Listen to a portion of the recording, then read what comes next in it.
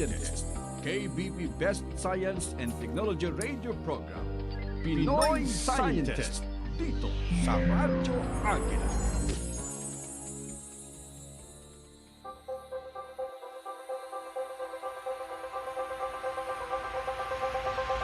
Magandang araw mga Barangay Futurists. Ako po si Dr. Custer at nandito po tayo sa ika-11 episode ng Lakbay Kinabukasan ng Pinoy Scientist at pinamagatan po itong Hope in Wicked Times, Building Adaptive Communities. Bago tayo magsimula, isa pong mabilis na paalala. Si Professor Sherman Ortega, hello, aking partner po ito sa Foresight Crime, ay hindi makakasama ngayon. Kasalukuyan po siya nasa eroplano mula Australia, papunta dito po sa Pilipinas kasama kanyang pamilya. So, Professor Sherman, have a safe flight at babawi ka sa susunod na episode.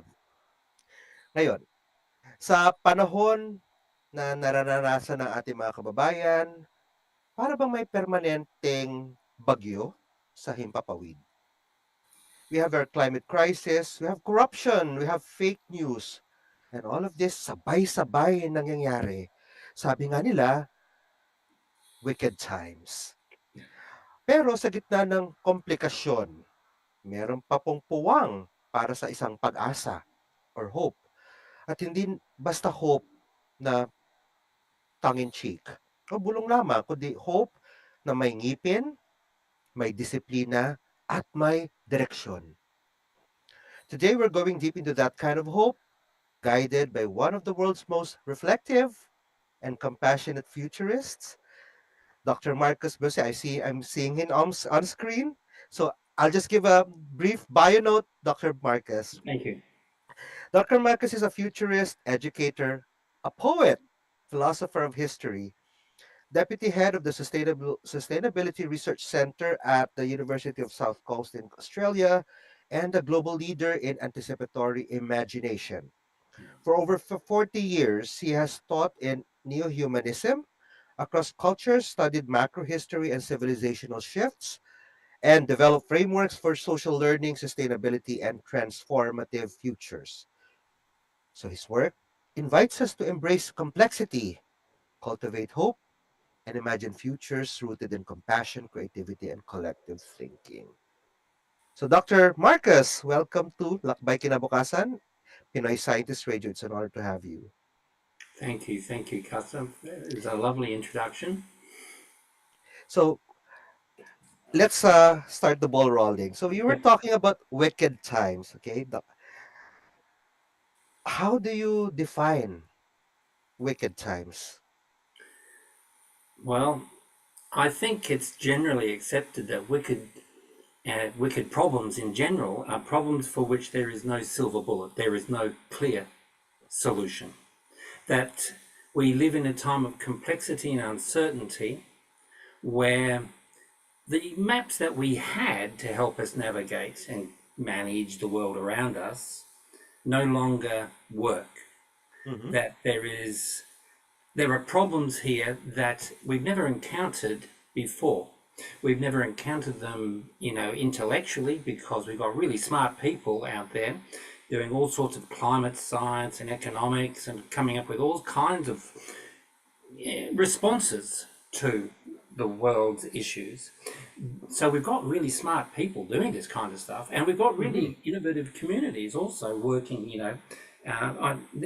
despite all the negative press around the world, we do have a lot of good stuff happening.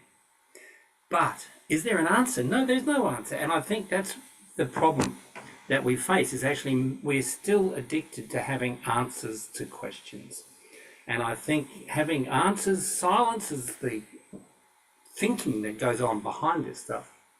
And also, the problem is an invitation.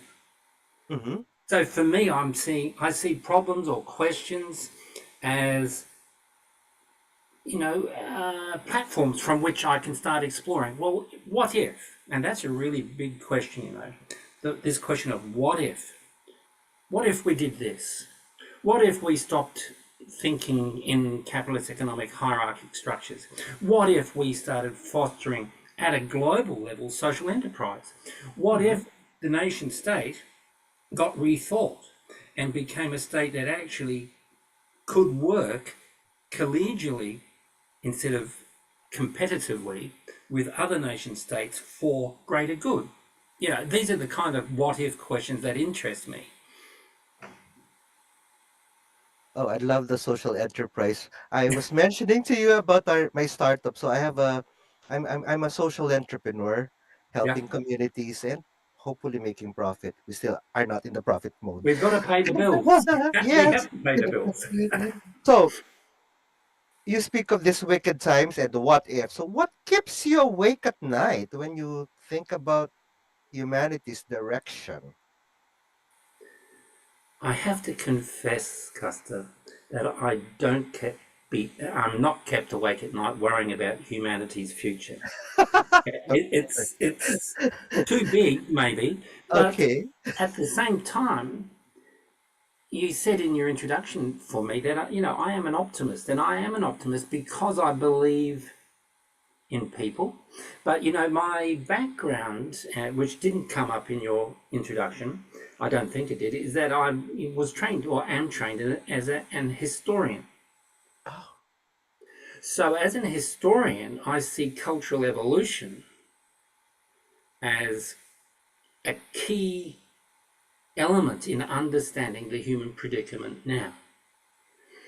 And of course, as a historian, I can see empires rise and fall. There's collapse, there's death and calamity, disease, all sorts of terrible things. But at the same time, there's this incredible human response to the issues that would obviously, for individuals in any of those moments, totally overwhelming. But as a historian, I can look at it and say, here's a species that does amazing things. The human species is something other than you and I. You and I are talking now, we're sharing and sparking ideas, and you've got listeners out there listening, and so on.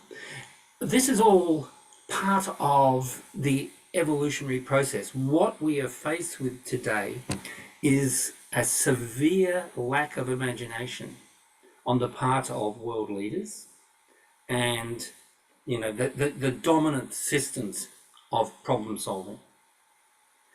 But at the same time, there's a lot of imagination around, and imagination is something we all have.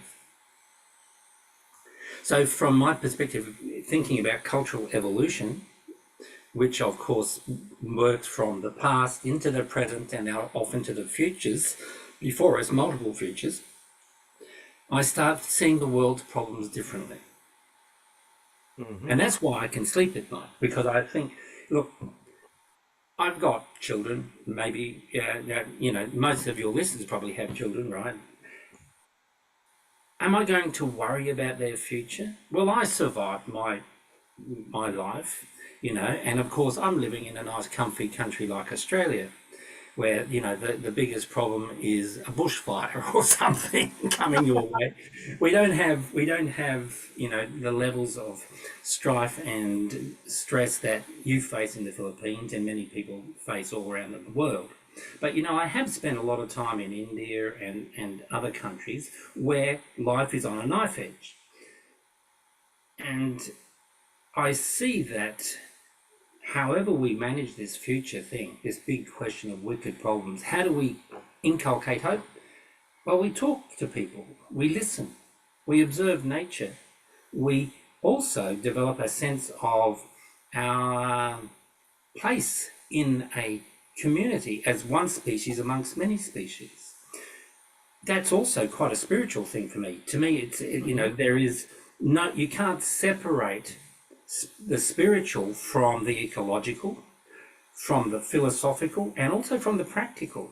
They kind of flow together, because whatever you say about cultures, and I'm not talking religion here, I'm talking the kind of spiritual, that cultures develop a spiritual voice.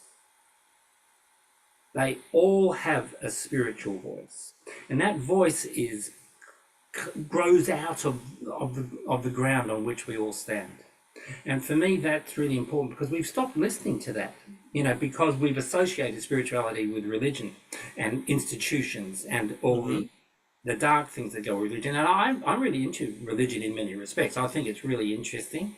And I've always been kind of drawn to it. I studied it for 4 years at university for a start. I did, a lot of time studying theological, medieval, Reformation religion in Europe, in the European context and so on.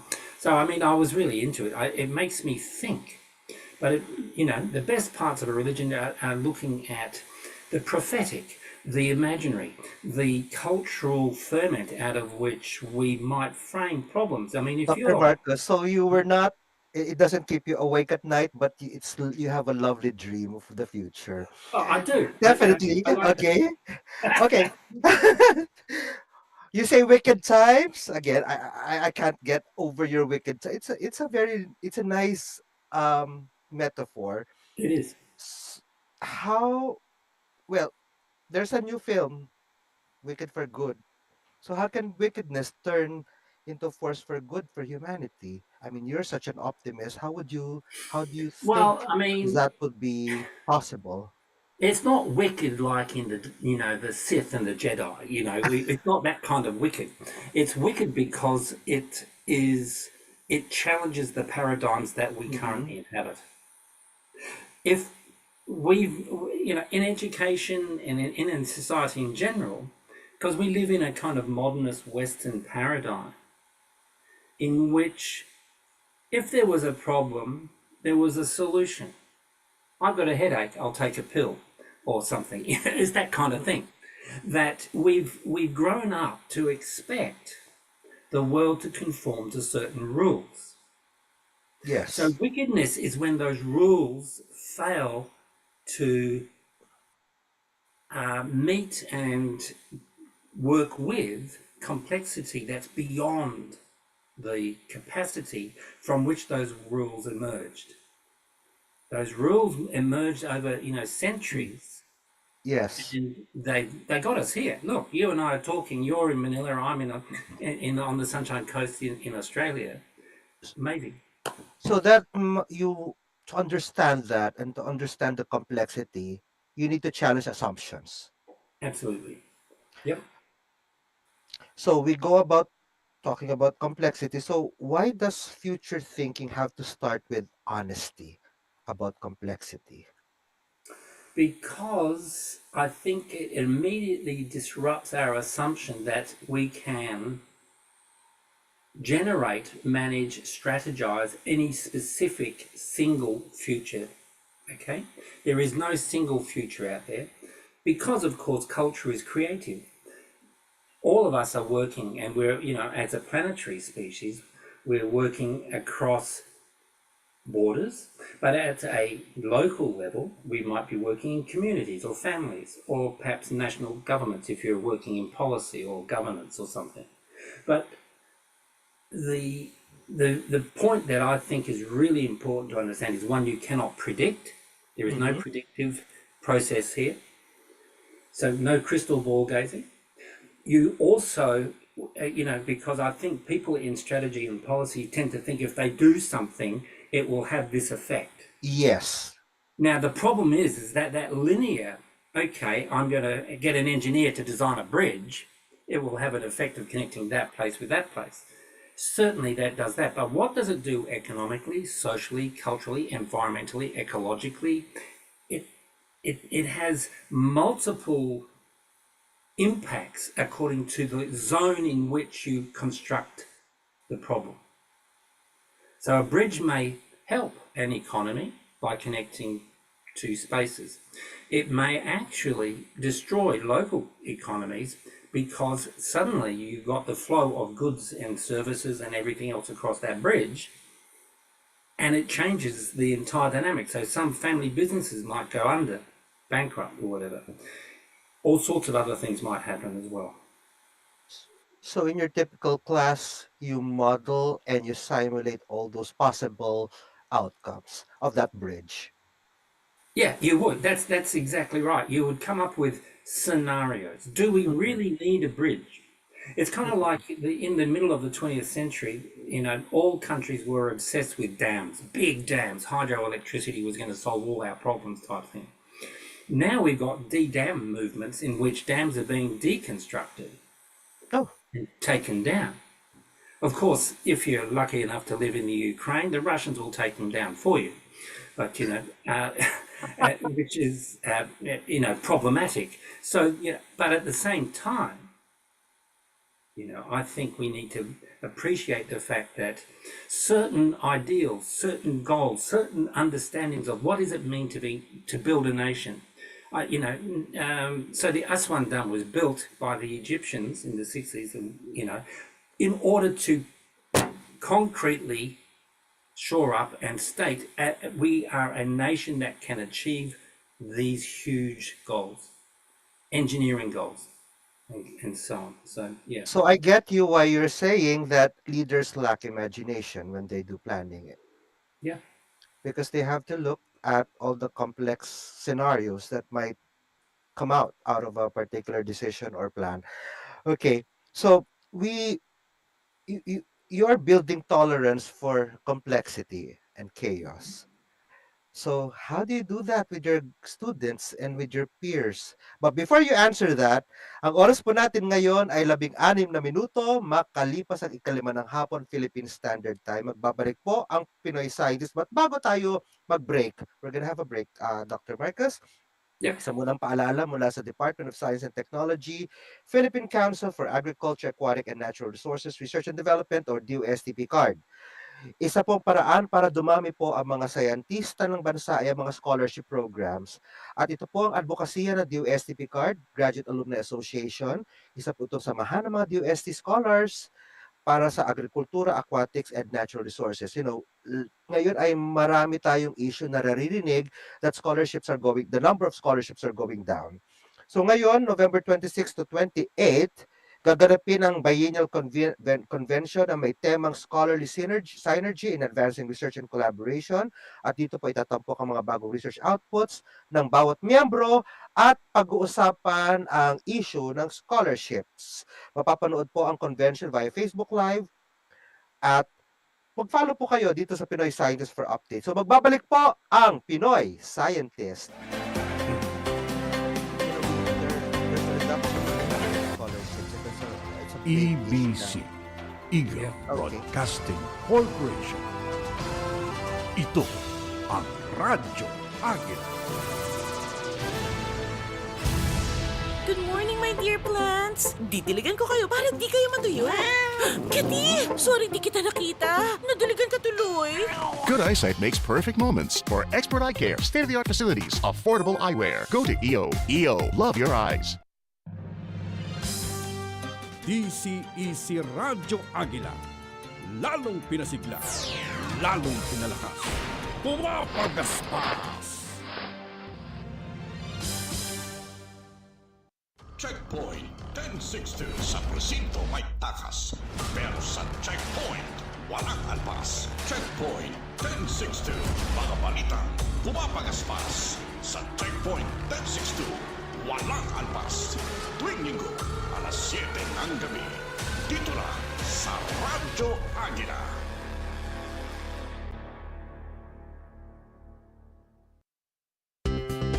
Tuwing Sabado ng umaga, ang kapakanan ng mga kabataan sa larangan ng edukasyon ang bida. Makipagbalitaktakan sa mga mahahalagang usapin.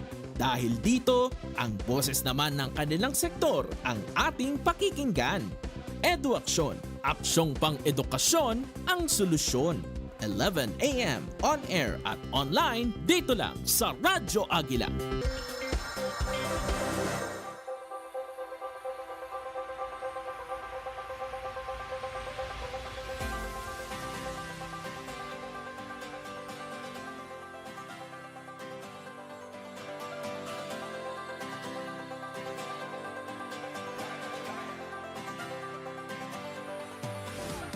Oh, we're back. So mga kabarangay, oops, bitin pa tayo. Tutuloy po natin ang paglalakbay sa kinabukasan kasama si Dr. Marcus Base. At sa paglalakbay natin, we asked earlier before we took a break, how do you teach tolerance and complexity to your students? Is it just like a mental training exercise? No, to me, it's more about actually introducing students to the richness of thinking, the diversity of the past, because at the university, that's where I teach mostly. I teach within history programs, but I use the history programs as a bridge for open-ended futures thinking. Mm-hmm. But for me, the trick is first to give them back the sense of their own agency as learners. Education across the planet, and I've spent 20 years in schools before I came into the university world, and I've spent 20 odd years now in the university world. I was always a rebel at schools as a teacher, because schools tend to approach learning as information management. So the students who are best at quick recall and the organisation of information, and of course answering the question. You remember what I said about questions? I'm not into them, right? I mean answers. So that the students who can answer, get a pat on the head, you good student type thing. And so what I do is I try to help students get comfortable with not knowing. Okay, that's really important. And also with the sense that though they don't know, that there are many resources, not just Google search engines or whatever, but there are many resources that can help us gain insight into whatever the historical or intellectual problems that we are facing, and sustainability problems too, because as you said, I'm involved with the Sustainability Research Centre. So, so it's about communication, and it's about, you use the word tolerance a few times, it's about tolerance, but also intellectual resilience, which I think sits with emotional resilience. Students who have to get the right answer because they've just spent, let's say, 15 or 16 years in schools coming through so they can go to a university from the age of 3, let's say, those who are the high performers are high performers with a very low tolerance for not knowing. So my job is to try and help them not know comfortably, and to use their not knowing as a platform from which they can then enter into true learning, which is exploratory, open-ended, curious, energizing, and they can drive it themselves. I don't come in to give them a learning ladder. I come in and say, we're going to throw the ladder out, and you're going to basically scale the wall without the ladder. Oh, I love that kind of teacher. Can you tell me who's your best student? Or, I mean, not exactly their name. What are the characters of their best students? Because that's the kind of teacher I'm sure students would need. Well, in my world, the best student is not necessarily the student that gets the best marks, for a start. The best student is someone who comes in with what we talked about at the beginning, passion to learn, understanding that learning comes at a risk, that you have to have a tolerance for getting things wrong, because then when you get things right, it works better. It's more fulfilling. And the right and the wrong in that sort of thing, that's a wicked problem in itself, because it's the wrong problem.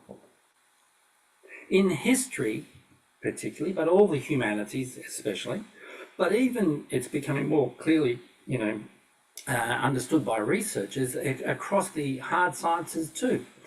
The inquiry is more about the exploratory, that its interpretation, always the human mind, the person conducting the research, they're a person with emotions and passions and a way of seeing the world. If you see the world and you're a pure materialist, you might not have any time at all for somebody like me who mentions the word spiritual, even though I go out of my way to define spirituality within a cultural, evolutionary consciousness context.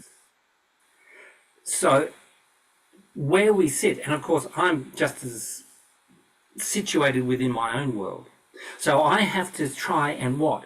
I have to try and listen. I have to try and allow alternative views into my worldview in order to grow, but also in order to engage with people who may not see the world like I do.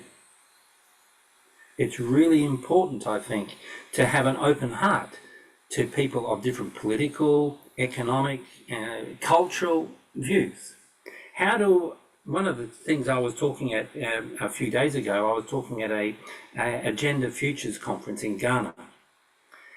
How do we engage culturally with the questions of gender, not just male and female, but gender fluid context as well? How do we deal with that in ways that are inclusive, also curious, also deeply challenging, because domestic violence and so on it's horrific levels across the planet, and violence of all kinds, of course, comes out of the failure to learn. It's nearly always a physical knee-jerk response to a sense of loss of power, loss of agency. And so if you're a man trying to earn an income, you're at a really poor level, you want to control something, so you're going to want to control your wife or your family or your children and so on. And if you can't express yourself, if you've never experienced an emotional context in which you can engage with your emotions for a start, and then others, it's going to be that. It's going to end up in that space. So you mentioned about people having different views. So Yeah. we are bringing the discussion to diversity, and the diversity, is that a foundation to make us community more adaptive for the future? I see diversity as absolutely key, because from an ecological point of view, we know that monocropping is not the best way. If we have a monocultural approach to the world, everybody has to speak English or Tagalog or whatever it is. If we want to impose a kind of monocultural framework on things, that's where that damages imagination. It damages resilience.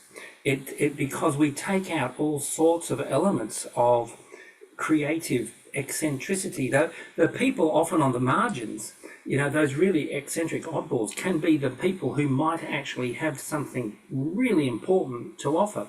Indigenous cultures appreciated those kinds of people much more than we do, because we come from an industrial worldview where I'll hold up a pencil, every pencil must look the same. It must be the same. Industrialization was a miracle, because before we had it, everything was unique. That you never had the same pencil. It was always different. But now we've got, zillions of knives and forks and cups and saucers, and they all look the same. So to me, there's something weird there. Okay, you talked about monocropping. When you're doing Yeah. cropping, you have diseases. From a historical perspective, what sort of disease comes out in a society that tends to be monolithic? Monolithic, yeah. The first disease is the death of imagination and creativity. The second disease is a loss of meaning, and therefore a loss of Purpose? I'm sorry. sorry? Is it loss of meaning leading to? And, yeah, and then with a loss of meaning, we have a loss of identity, a loss of, our inner world shrinks and shrivels.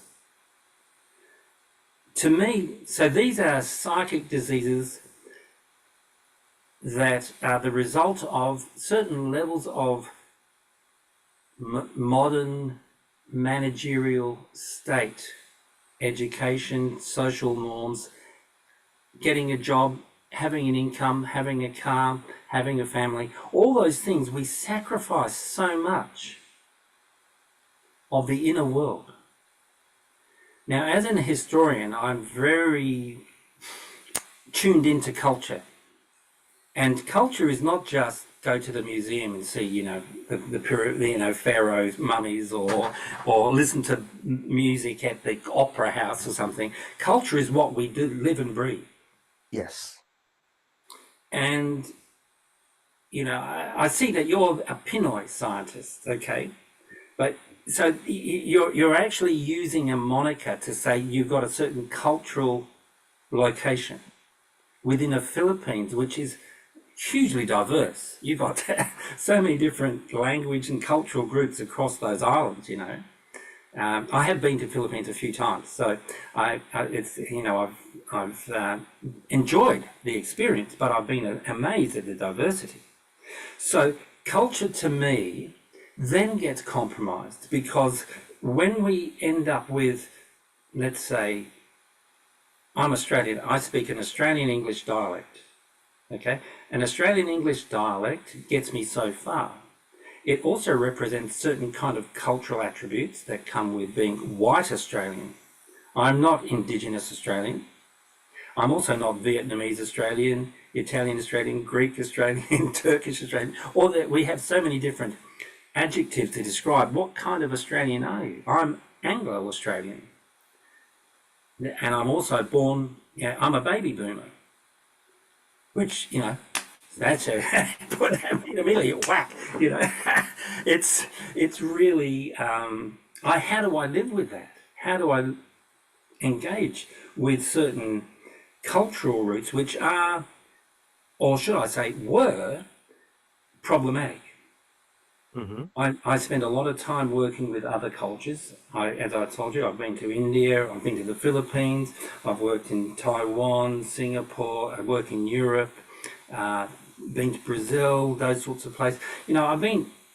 I've had a broad cultural experience in which I learned to put aside, to some extent, my own cultural conditioning, template, whatever you want to call that, and I listen. Because that's the only way that I can come into tune with the people that I'm working with, my own students in a classroom, but of course running a workshop somewhere or whatever. How do I listen? This is a really important question, and you can hear when I'm talking, my voice and my tone, I'm slowing down. Mm-hmm. Because to me, that listening is about being present. It's about acknowledging that I'm opening to possibilities. Possibilities challenge monoculturalism for a start. I'm almost trying to smell the roses in the garden, you could say. But the roses are not just one kind of rose. There are many flowers in the garden. So I do think very visually or metaphorically when I think culture. So I think diversity is beautiful. And I aim to enable people that I work with to look at their own cultures and their own traditions and to find within them elements which are going to enable them to generate positive, open futures. You mentioned about culture and resilience. So in the Philippines, I'll place it into context in the recent history, very recent history. Resilience, we celebrate it as a cultural strength of Filipinos because of all the typhoons, the storms, and the climate problems. So, however, recently critics argue that this kind of narrative about resilience is being used or misused as an excuse for poor governance and corruption. Yeah. So, how do you respond to the tension between resilience and accountability? What a great question. And of course, it's brilliant that you've located it within the culture, the context of the Philippines itself. Look, I love language, but language is always going to be a double-edged sword. Every single word that has been brought up over the last 50 to 100 years relating to equity, human rights, also the climate science, everything can be turned upside down. and that's the problem with language. But of course, when, let's say, somebody whom we might politically disagree with uses a term, it doesn't mean we can't take that term back and reframe it again. To me, reframing is a form of hacking.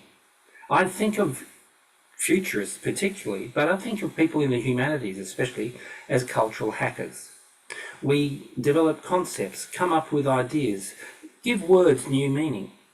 Words like nature. I mean, it's what? What does nature mean? And, you know, everybody might think, oh, it's a koala in a tree if you're in Australia. If you're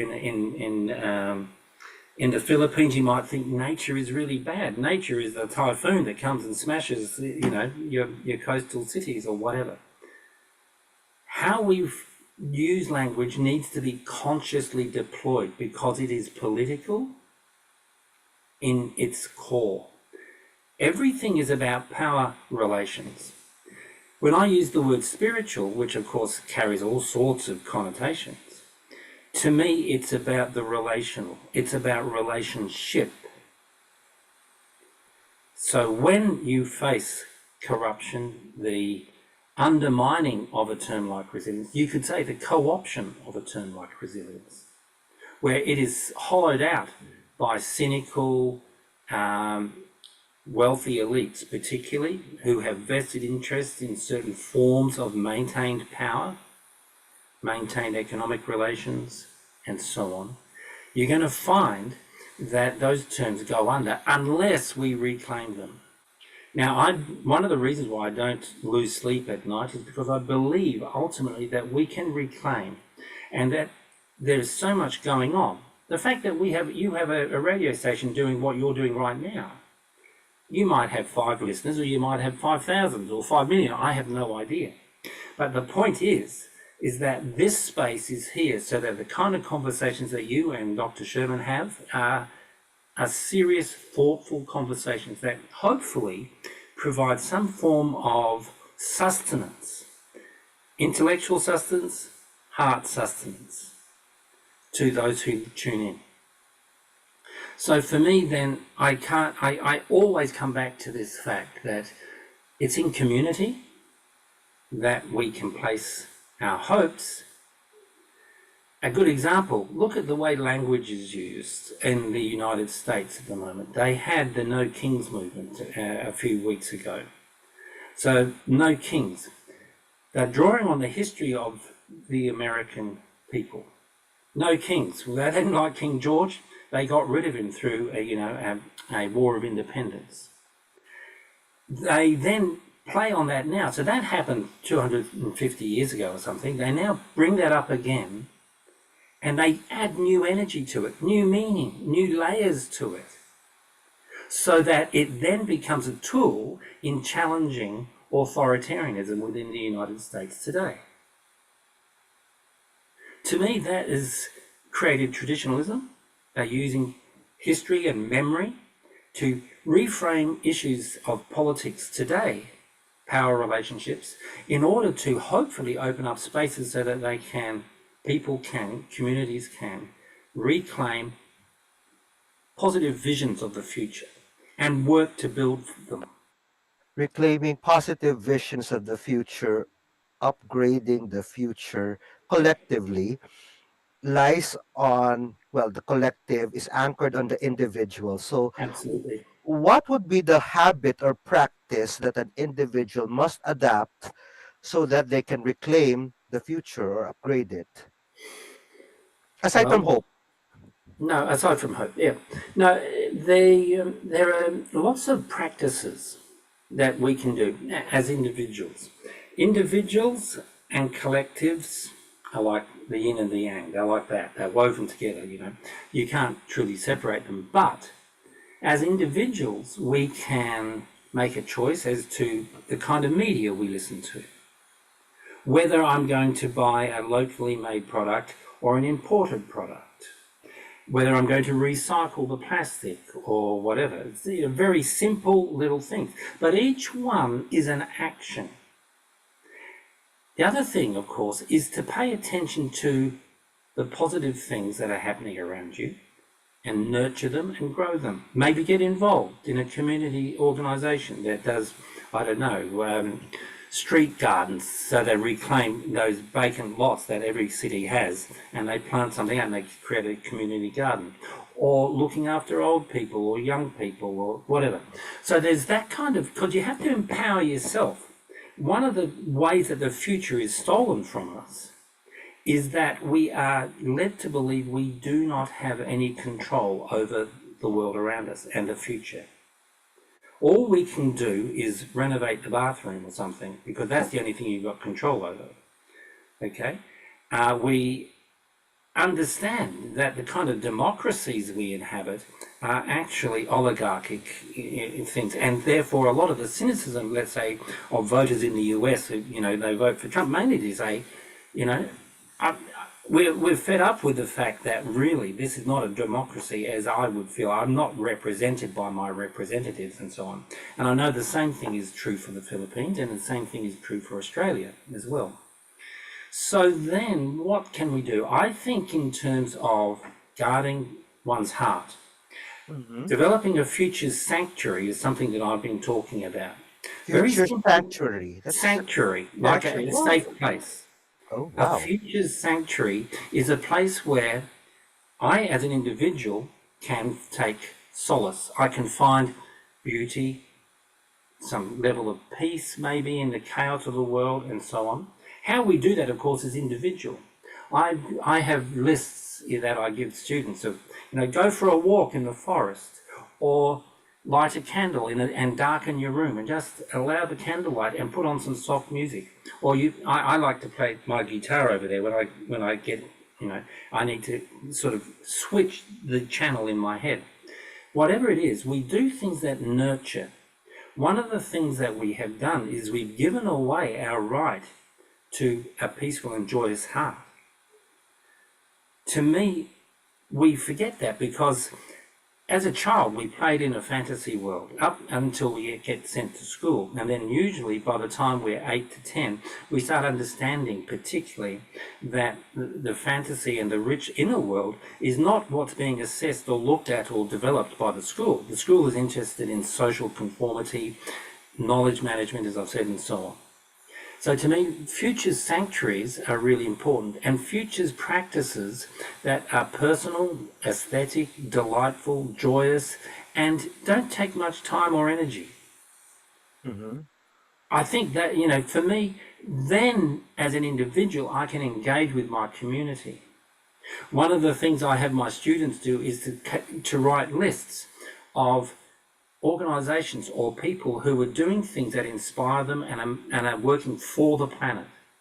Because if you can see that over 6 months you've got a list and you've got 60 different organizations and people on your list, you understand suddenly, hey, it's not just those mad, rapacious capitalist narco types out there doing their stuff. There's actually a whole bunch of really rich and important stuff happening as well. So we have to consciously resist the degradation of imagination, the degradation of visions of the future. It's not that human beings are dog-eat-dog people. We actually naturally drawn to community, and I really believe overall that human beings, given the right conditions, are going to do the best thing for everybody and not be selfish. So that sum up your neo-humanist philosophy in teaching. Yeah, it does.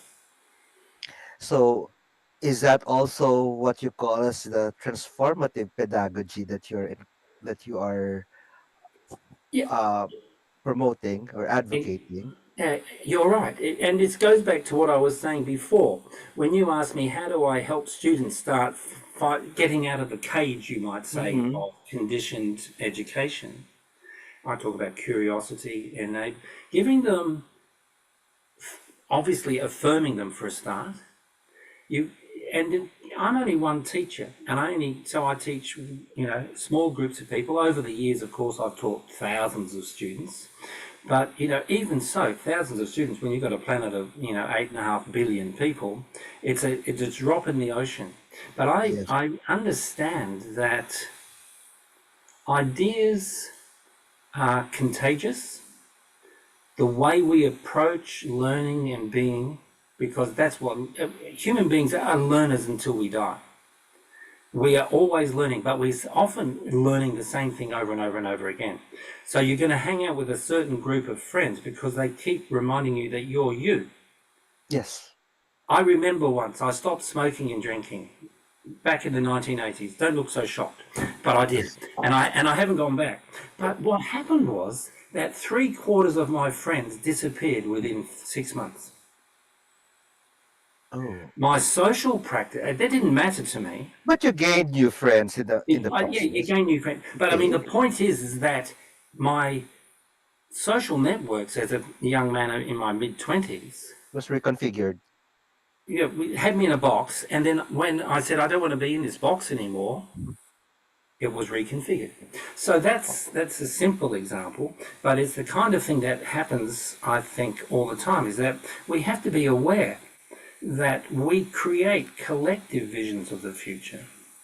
And we do that by hanging out with the people we hang out with. And collective vision is also creates history. So, we'll be back. Ang oras po natin ngayon ay 46 na minuto, makalipas ikalima ng hapon, Philippine Standard Time. Magbabalik po ang Pinoy Scientist at tatanungin natin mamaya si Dr. Marcos regarding macro history. I think I missed that out in this introduction, but we'll get back to that point. Okay, macro history next. Magbabalik po ang Pinoy Scientist. Huwag po kayong alis.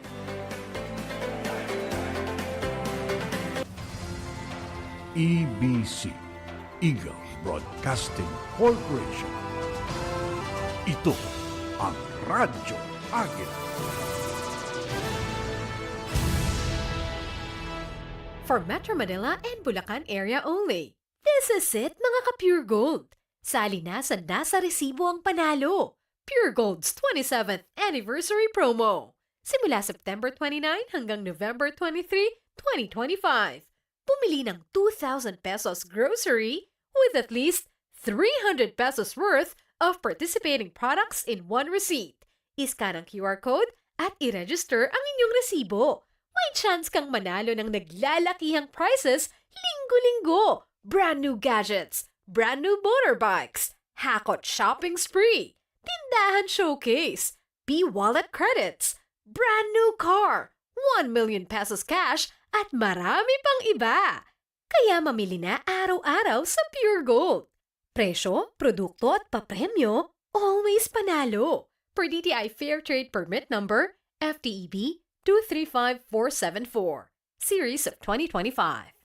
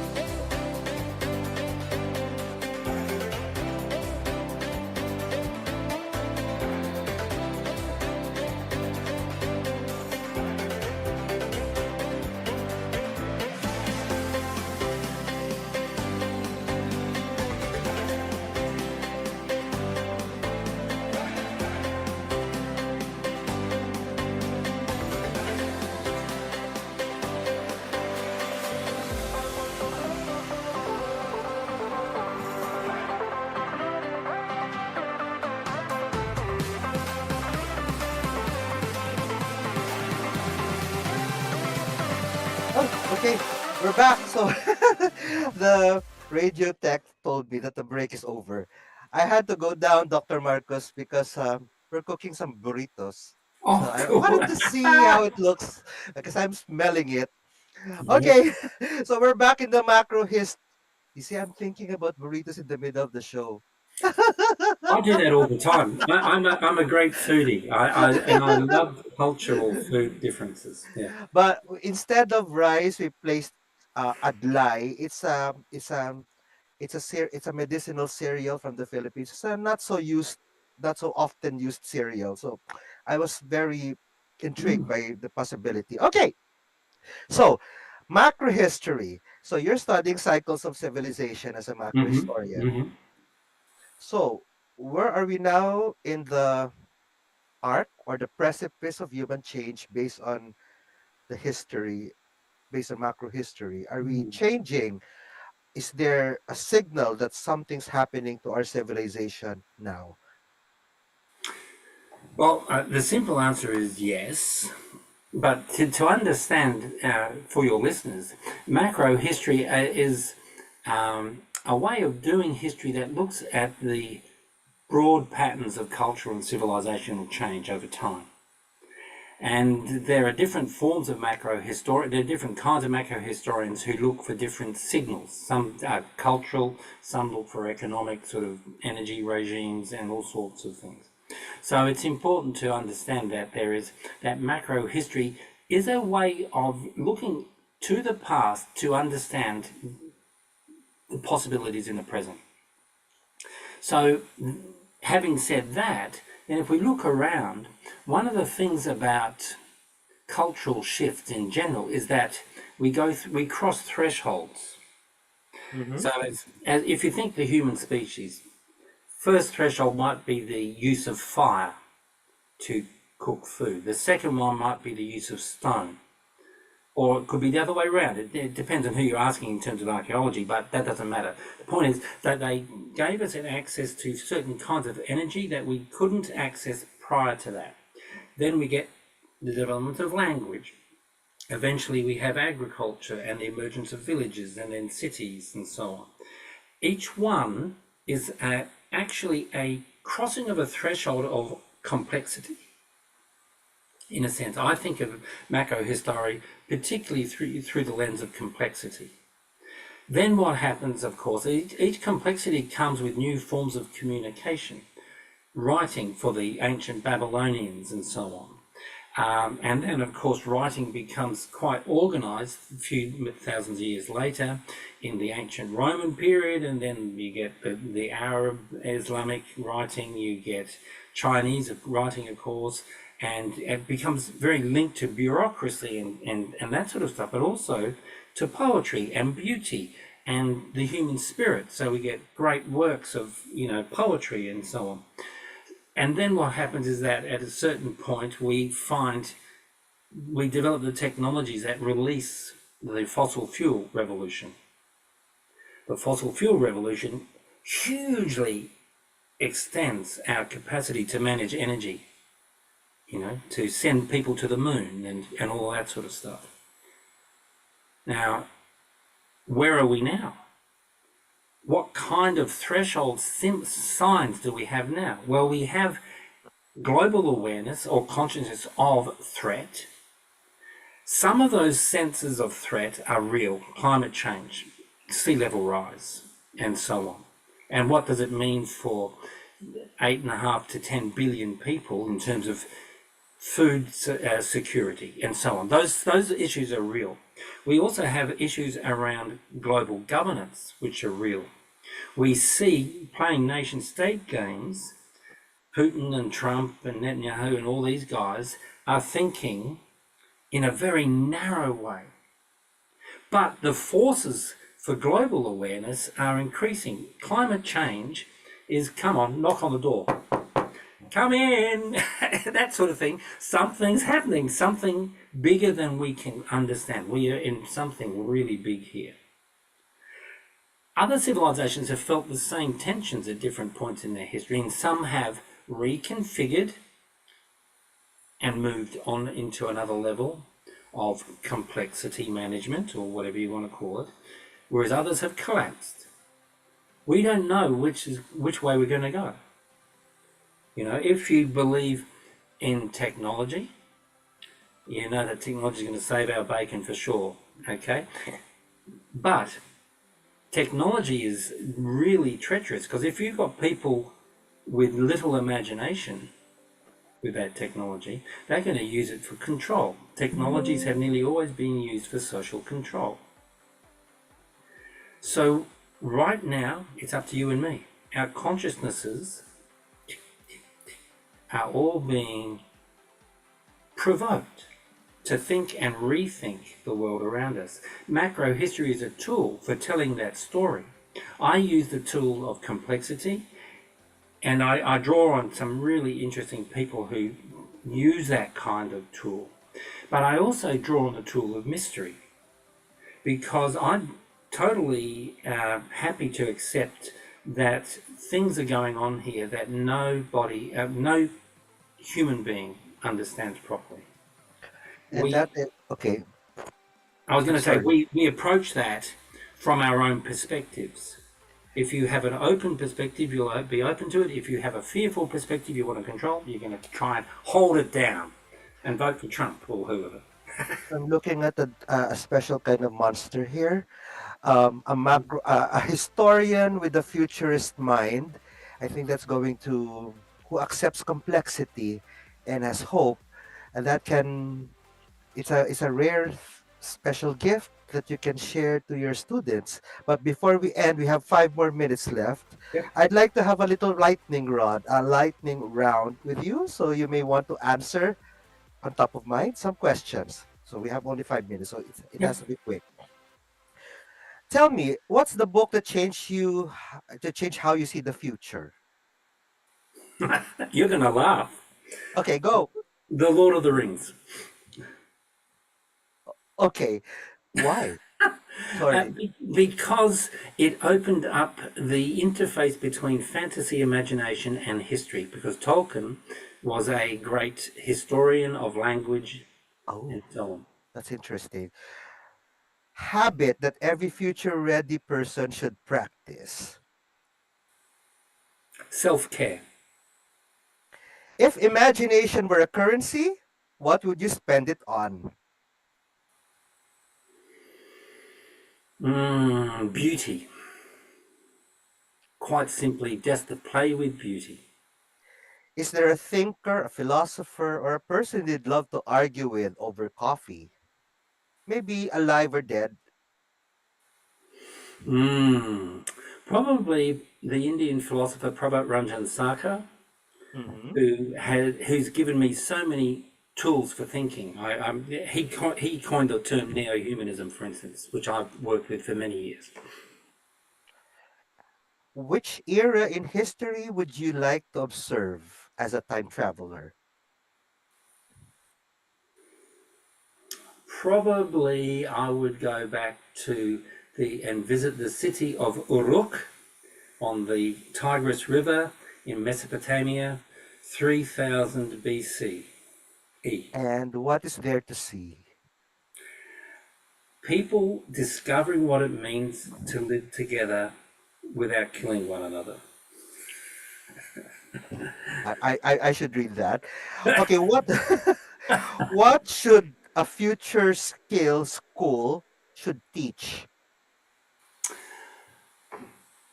Imagination, storytelling, history, and gardening. Gardening. Yeah. Well, I mean, if you plant a tree, Okay, it's going to that's just last that's 500 years. and that's also your future solace. Yeah. Okay, and you're a poet, right? Yeah. So is there a poet that you think you'd be affiliated with, or you'd like to be with, or influencing you, or is influencing you? Well, that is such a difficult question. Right now, I'm just going to pick the poet that I quoted last in one of my lectures. She's a wonderful British young woman called Kay Tempest, and she's written some wonderful poetry. The Brand New Ancients, recommended to anybody. I'll say it once more: Brand New Ancients, great book. Okay, don't ask me about my favorite poet. Sorry. Well, you do have you would be a Pinoy poet Oh, or what? nah.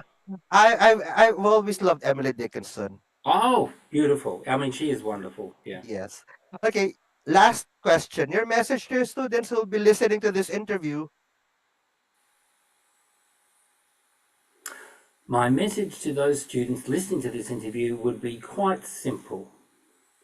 Trust in our own native curiosity, grow our imagination, and remember to develop a future sanctuary.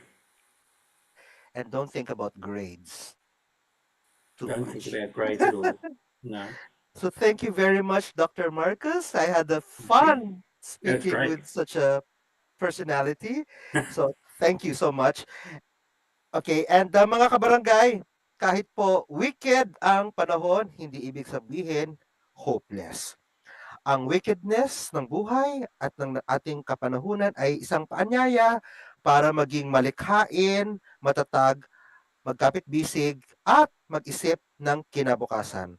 So nagpapasalamat po tayo sa ating guest na si Dr. Marcus Busay sa paglalakbay kasama natin sa Hinaharap. Ito po ang lakbay kinabukasan ng Pinoy Scientist Radio na kung saan ang bukas sama-sama natin hinuhubog. At ako po si Dr. Castor, magkita-kita na naman po tayo sa susunod na linggo dito po sa programa na kung saan ang siyensya ay buhay. Maraming salamat po. Thank you, Dr. Marcus. Thank you so much, Custer. Lovely talking to you. Have a great evening.